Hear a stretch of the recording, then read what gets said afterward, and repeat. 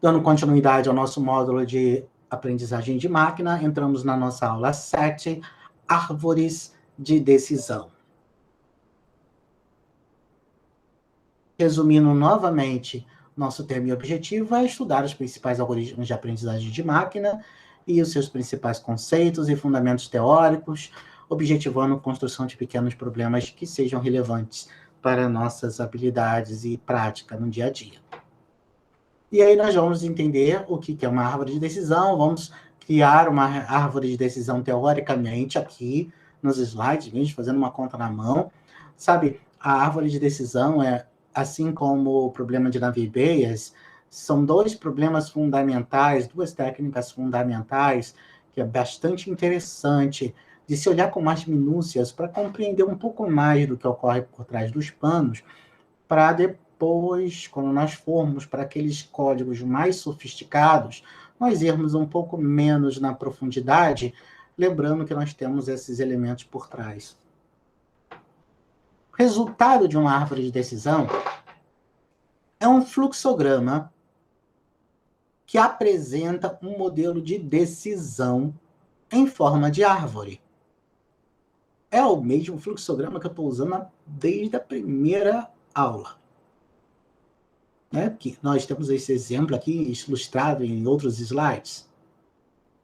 Então, você, no final, possui um elemento como esse. A primeira coisa que você percebe ao ver este modelo é que ele é analógico. Esse modelo ele não precisa ficar restrito ao computador. Você pode imprimir essa figura e seguir isso como uma orientação. Eu já vi, inclusive, fluxogramas como esse, árvores de decisão em mesas de médico. Embaixo do vidro da mesa do médico, possuía uma árvore de decisão baseada em procedimentos que aquele hospital deveria tomar para a emergência. Obviamente, o médico não está preso àqueles procedimentos, mas é um modelo de árvore de decisão que estava lá para orientá-lo a seguir o beabá, caso o beabá fosse suficiente, porque havia um momento onde o beabá não resolvia e aí, né, escapava do modelo de IA. A estrutura básica de uma árvore de decisão é composta por 3 elementos fundamentais. Nós temos um nó raiz, que é o primeiro dos nós. É por onde você começa a sua consulta. Nós temos diversos nós intermediários, que nós podemos chamar de partições. E, por fim, nós temos os últimos elementos. O último elemento que responde ao nosso processo decisório são as folhas. Diferentes estruturas são possíveis dependendo de quem é o nó raiz. Nós temos algumas métricas de avaliação, chamadas métricas de complexidade. Nós temos a profundidade e nós temos a largura. Profundidade são os números de nós que existem entre a raiz e até as folhas. E a largura é o número de nós que existe em cada nível. O que nós desejamos é a árvore de decisão mais simples possível. Nós podemos lidar com dados discretos, nominais, ou contínuos, faixas de valores, ou até mesmo valores. E embora eu vá explicar a vocês as árvores de decisão como uma ferramenta de classificação, ela também pode ser usada como ferramenta de regressão. A grande questão é o seguinte: nós temos agora que definir como nós vamos fazer a indução dessa árvore, que é o processo de criação da árvore em si. Como eu escolho o nó raiz, como eu faço a divisão do nó raiz em partições e como eu divido as partições em novas partições até que eu atinja a classe, a folha, o último elemento. Essa é a grande questão. Porque se eu escolho, ao invés de Outlook, temperatura, que inclusive não aparece aqui como nó raiz, eu tenho uma indução de árvore totalmente diferente. E por que temperatura não apareceu? Por que eu não precisei dessa variável? Então, baseado no fato de que eu escolhi Outlook, por que o Outlook foi escolhido? E por que aqui vem umidade? Porque aqui vem condição do vento? Porque aqui já tem uma classe, uma folha, logo não tem nenhuma partição intermediária. Tá? A forma com que eu induzo isso faz toda a diferença. Então, eu preciso escolher uma forma de realizar a divisão do meu nó raiz com a árvore mais simples possível, a saber, o menor número possível, a menor largura possível, a menor profundidade possível, resultando na melhor métrica de complexidade possível. E o que nós fazemos? Eu só trouxe essa figura nesse exato momento para que você relembre que esse é o exemplo que eu trouxe desde o início. Pego os dados, coloco lá no computador, ele faz as continhas e gera esse modelo. É isso que nós fizemos desde o tempo. Né? Estou mostrando esse exemplo desde o início. Agora nós vamos ver como é que isso aqui vira isso aqui. Como é que eu faço uma divisão? A divisão pode ser de valores binários, valores nominais e valores contínuos. Eu posso ter valores contínuos, comparação de valores, discretização dos valores. Eu posso realizar classificação de valores contínuos. Ele pode dividir aqui tantas quanto ele achar que deve. Pode realizar valores nominais, que vão dar em tantas atribuições quanto for a divisão, ou pode ser uma divisão binária. E lembra, meu objetivo é criar a classe, a árvore mais simples possível. Isso significa criar as classes mais puras, os ramos mais puros possíveis. Esse aqui é um ramo 100% puro. Por quê? Porque entre o nó raiz e a folha não possui absolutamente nenhuma partição intermediária. Então, esse ramo é 100% puro. E o que é esse grau de pureza? Esse grau de pureza é dado pelo coeficiente ou índice Gini, um índice muito famoso pela sua utilização na comparação de evidências de natureza populacional, por assim dizer, países mais desenvolvidos, menos desenvolvidos, mas que ele necessariamente faz um somatório das probabilidades que multiplica a probabilidade contrária, por assim dizer, a probabilidade de ser, que multiplica a probabilidade de não ser de todos os elementos, o que, no fundo, dá isso aqui, ó, 1 menos o somatório da probabilidade de ocorrência daquele evento ao quadrado. Essa conta aqui é simplicíssima e ela é aquilo que faz você determinar se a árvore que você tem aqui é a melhor ou não, ou se você poderia chegar a um outro nível de características. Esse grau de pureza é particularmente importante, por quê? Porque em algum momento eu tenho que parar de induzir a minha árvore. Esse nosso exemplo, nós não temos essa necessidade, porque nós temos 14 instâncias e 4 atributos, onde um deles vai desaparecer. Então, nós temos uma árvore uma árvore, um conjunto de dados muito pequeno, não acaba tendo grandes influências. Mas quais são... E aí, o que acontece? Nosso critério de condição de parada, ele é bem simples, porque nós paramos porque nós chegamos a uma classe pura, ou seja, chegamos na classe ali e paramos, ponto, acabou. Outra forma de você realizar um critério de parada é definir um número mínimo de observações que um nó precisa ter para que ele possa ser dividido em 2, por exemplo. Do contrário, o que acontece? Você pode ter um ramo, tá? Uma folha, que tem apenas uma evidência aleatória daquela ocorrência.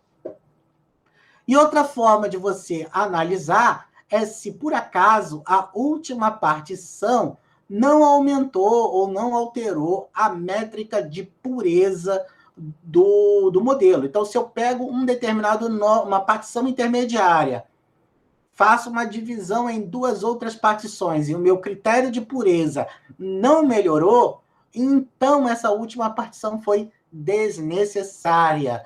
Ou talvez não tenha sido de grande contribuição, porque ela pode até ter melhorado, mas pode não ter melhorado muito, de forma que nós temos um último procedimento que podemos abordar, que também não vai ser necessário nas nossas contas à mão, mas quando nós formos para o R, nós vamos fazer, que é a poda da árvore de decisão. Que é o processo de você fez uma indução, essa árvore ficou grande demais, ela perdeu algumas das vantagens táticas que a árvore de decisão possui, e aí você deseja retroceder, você deseja dar uns passos atrás, você deseja podar alguns ramos, algumas folhas desta árvore de decisão. Então, esse processo de poda visa reduzir o tamanho da árvore após a indução. Nós queremos a árvore mais simples possível. De preferência, essa árvore, nós gostaríamos que ela seja visualmente explicável. Um problema do procedimento de árvore de decisão, uma desvantagem, é que as árvores muito grandes sofrem com problemas de superajuste com muita facilidade. De forma que podas e uma certa cautela no desenvolvimento da árvore de decisão são de grande necessidade. Mecanismos básicos de avaliação de podas é verificar se as partições podem ser unidas e se isso aumenta ou mantém na mesma ordem de grandeza dada a um determinado erro a pureza da árvore. Não raro, árvores podadas são mais eficientes na previsão de dados de teste do que as árvores completas, justamente devido à característica de superajuste que uma árvore de decisão pode promover em suas avaliações. Pode, talvez, sempre, por quê? Porque depende do banco de dados, depende até um pouquinho da sorte, sabe? Uma vez eu estava dando aula, no exemplo que nós vamos ver na próxima aula, e aconteceu uma coisa muito chata. Eu fiz uma árvore ótima, sem a poda.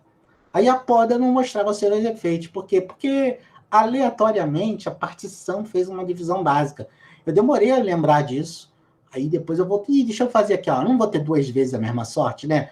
Então eu fui lá e refiz a divisão lá do banco de dados e realmente veio uma árvore bem mais tosca para a segunda vez, cuja poda mostrou sua importância. Então, depois você vai fazer o processo de classificação, ou se for o caso de regressão, não vou entrar nesse detalhe agora, tá? Então, por enquanto, classificação, que é pegar um novo dado e ele percorre a árvore. Se ela for visual e explicável, um ser humano pode fazer isso sem a ajuda de um computador. Se ela for muito grande, você vai precisar de um computador para dar uma olhadinha por onde você prossegue para chegar a um determinado resultado. Então, vamos criar a nossa árvore de decisão manualmente.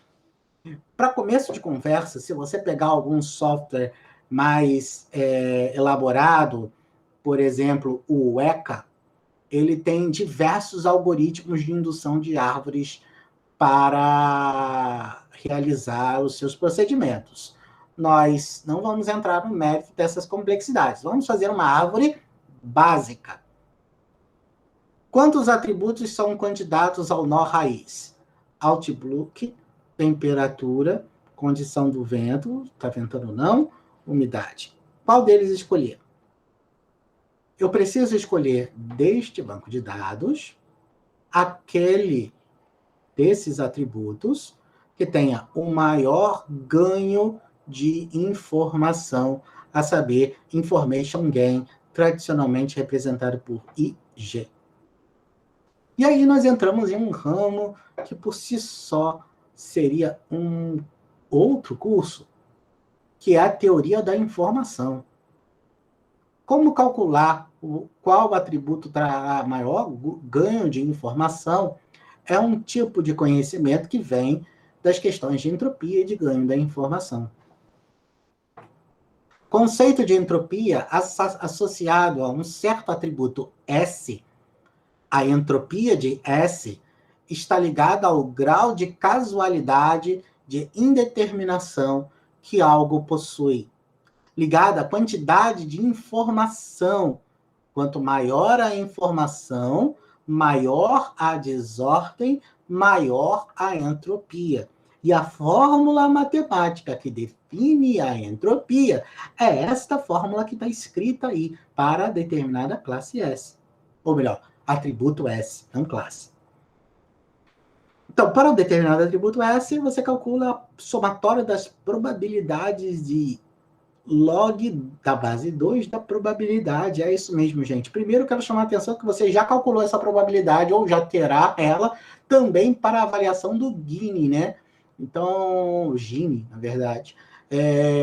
Então, não é um mistério calcular essas coisas, nós vamos ver os cálculos nos próximos slides, mas você basicamente precisa calcular a entropia. Dois casos particulares. Se todas as instâncias pertencem à mesma classe, ao mesmo valor, não tem variabilidade, então a entropia daquele atributo é zero. Por quê? Porque tem a maior ordem, menor dispersão de informação. Se todas as instâncias pertencem proporcionalmente ou igualmente a diferentes classes, né? Classes, divisão igualitária, né? Por exemplo, você tem três classes, três é ruim, né? Você tem duas classes, 50% está do lado 1, 50% está do lado 2. Então, você tem máxima variabilidade. A entropia deste atributo é igual a 1. E todas as outras vão estar no meio do caminho. Bom, primeiro nós temos que calcular a entropia da classe. A entropia da classe, que eu chamarei de S somente, ela é dada pela probabilidade de ser yes e da probabilidade de ser no. A probabilidade de ser yes é 9 em 14 e de ser no é 5 em 14. Então, o somatório desses dois termos é exatamente o que está aqui, ó.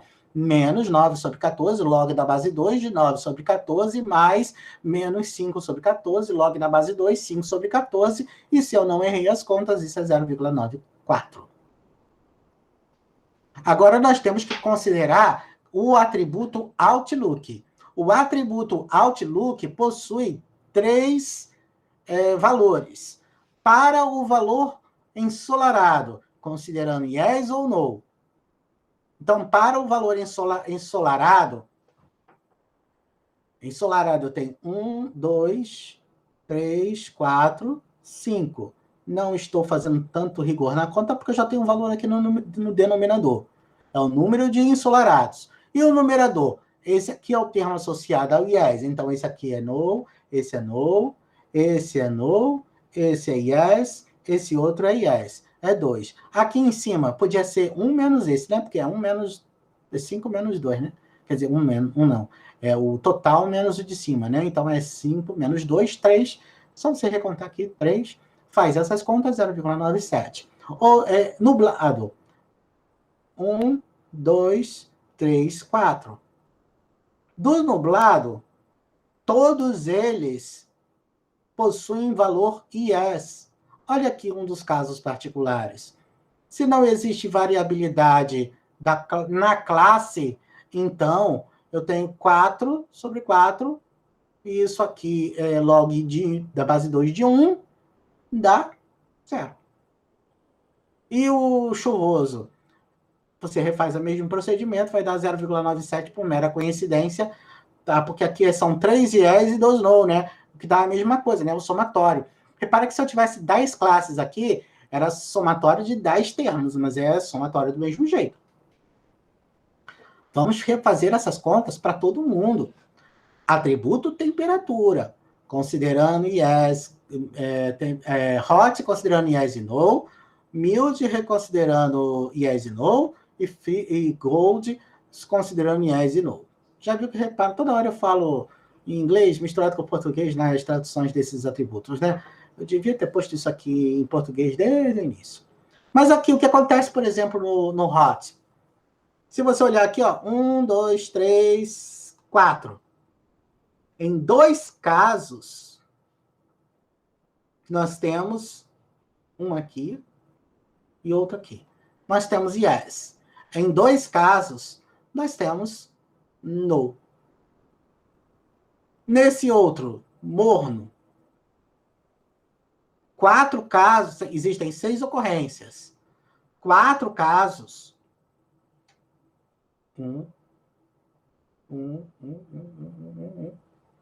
Cadê? 1 aqui, 2 aqui, 3, 4, 5. Então, só esse aqui, ele tem um 6 aqui. Ó.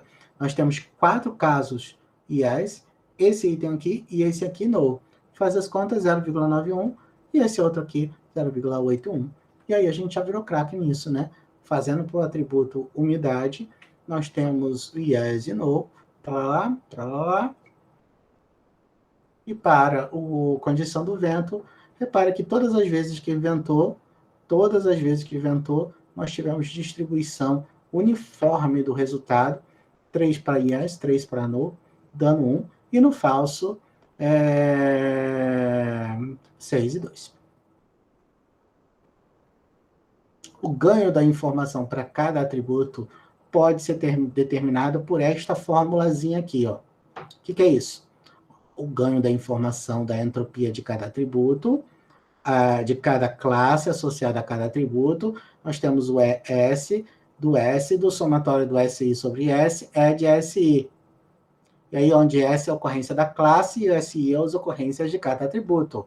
De forma que, para o atributo Outlook, nós temos 0,97, que é a ocorrência da classe, é igual em todos os casos. É o yes e no só puro. Quantas vezes são yes, quantas vezes são no. Isso aqui, ó, 5 em 14 vezes era ensolarado, 4 em 14 vezes é nublado, 5 em 14 vezes é chuvoso. O que é 5 sobre 14, 4 sobre 14, 5 sobre 14? 14 é o total de instâncias. E aqui em cima é o total de ocorrências do valor ensolarado, over nublado e chuvoso. 5 sobre 14, 4 sobre 14, 5 sobre 14. E o que vem multiplicando isso aqui? A entropia daquele atributo específico. Nós temos a entropia de sunny, a entropia de overcast e a entropia de chuvoso, que nós calculamos logo no primeiro slide de cálculos de entropia, e é 0,970 e 0,97, se eu não errei a conta, 0,2471. Faça tudo para todos eles. Então, nós temos o ganho da informação do Outlook, da temperatura, da umidade, da condição do vento. 0,2471, 0,03028, 0,16, 0,048. Qual deles é o maior? Qual atributo forneceu o maior ganho de informação? É a escolha do nó principal, Outlook. Então, aquele Outlook não chegou ali por acaso.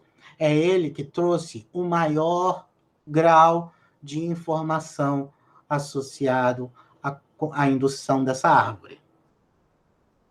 E agora? Vencida a primeira etapa, agora nós temos uma divisão em blocos. A divisão do bloco, a primeira etapa é o Outlook. Então, a divisão do bloco Outlook, a divisão do bloco Overcast, a divisão do bloco chuvoso. No bloco Overcast, todos eles são yes. É por isso que este bloco é uma classe pura. Não depende do valor de temperatura, condição da umidade do tempo. Esses três aqui, ó, não influenciam o resultado se você vai ou não vai jogar golfe. Se está nublado, você vai jogar golfe. Os outros itens, ainda existe variabilidade. Aqui nós temos 3 no's e 2 yes. 3 yes e 2 no's. Portanto, eu ainda preciso escolher qual é a segunda partição de cada uma deles. O que eu faço? Eu pego este bloco de informações que está aqui em laranja e repito o processo para saber qual dessas 3 variáveis vai me dar o maior grau de informação, maior ganho de informação. E eu pego o bloco verde e repito o processo, considerando apenas o bloco que está em verde, e determino qual deles é o próximo a ter o maior ganho de informação. Repetindo todas as contas que nós vimos até aqui, apenas com esse grupo e apenas com esse grupo, neste grupo aqui, nós vamos descobrir que o próximo nível a dar ganho de informação é a umidade. Intuitivamente é fácil de você perceber isso, ó. Porque se você escolhe umidade, agora você tem um grupo com Rye e No, e outro grupo que é normal e Yes. Logo, após a escolha da umidade, você tem somente classes puras. Acabou a indução nesse bloco. E nesse outro bloco, se você fizer a indução, você vai dizer que o maior ganho de informação é na condição do vento, pelo mesmíssimo motivo. Você tem falso, true e true, o que dá yes, yes, no, no para o true. Então, depois da segunda etapa de indução, você tem o seu modelo completo, completamente fechado, sem a necessidade de dar sequência ou fazer qualquer tipo de interrupção por causa do volume de dados. Tá? Agora, se você estivesse fazendo uma indução de árvore, onde você limitasse o número de ocorrências, por exemplo, que tenha no mínimo 3 valores, você ia terminar a árvore aqui, né? Porque ela ia olhar para cá, quando fizesse essa indução aqui, ó, ia ter 3 desse lado, mas só ia ter 2 desse, daí ele não ia poder fazer essas folhas aqui. Então, essa árvore, na verdade, é um conjunto de dados muito pequeno, então não é exatamente o melhor meio de fazer uma decisão sobre nada muito complexo a ser estabelecido. Tá? Então, basicamente, ela é para mostrar alguma coisa relativamente simples mesmo. Tá? Nossas referências de árvore de decisão é uma das coisas mais curiosas que eu já vi, porque basicamente todos os títulos são árvore de decisão. Aí eu andei botando algumas coisinhas a mais aí para que pudesse diferenciar os links, né? São 4 links de lugares diferentes, ou é árvore de decisão ou são árvores de decisão. É um título bastante popular, bem pouco, né? Então, depois você pode clicar no link e olhar alguns deles. Um deles aqui, inclusive, ele tem toda uma criação de código em Python do zero, para que você possa criar uma árvore de decisão do jeitinho que nós fizemos aqui durante essa aula, sem precisar de usar nenhum código. Exatamente, inclusive, ele, se eu não me engano, um desses links aqui usa o mesmo exemplo que nós estamos usando. Lembre-se que são exemplos muito populares, todo mundo usa. Por que todo mundo usa? Porque, afinal de contas, é um banco de dados muito pequenininho. Também aquele do Iris e do Seguro são dados bem comuns a serem utilizados. E depois, o que nós temos é apenas, digamos assim, quando você tiver o seu problema real, você pode usar a mesma técnica, não tem nenhum grande mistério. Então, nessa árvore, nós vimos apenas os conceitos teóricos associados a uma árvore de decisão. Não fui aos algoritmos mais sofisticados. Se você pegar, como eu falei antes, o ECA lá, ele tem códigos de algoritmos de indução de árvore desse tipo, daquele outro, baseia-se em detalhes que são, sim, relevantes para você criar um problema mais robusto, mais complexo, que dê mais dor de cabeça. Por quê? Porque dados é tudo, gente. Tudo vai ser tão fácil ou tão difícil quanto for a natureza original dos seus dados. Se os seus dados forem bem comportadinhos, como aqueles que nós usamos aqui, você não precisa de nada muito sofisticado para resolver. Agora, se seus dados tiverem algum nível de complexidade um pouco maior, você vai precisar, sim, de envolver-se com algumas questões dessas. Bom, obrigado pela atenção. Próxima aula, aula de uso prático da árvore de decisão.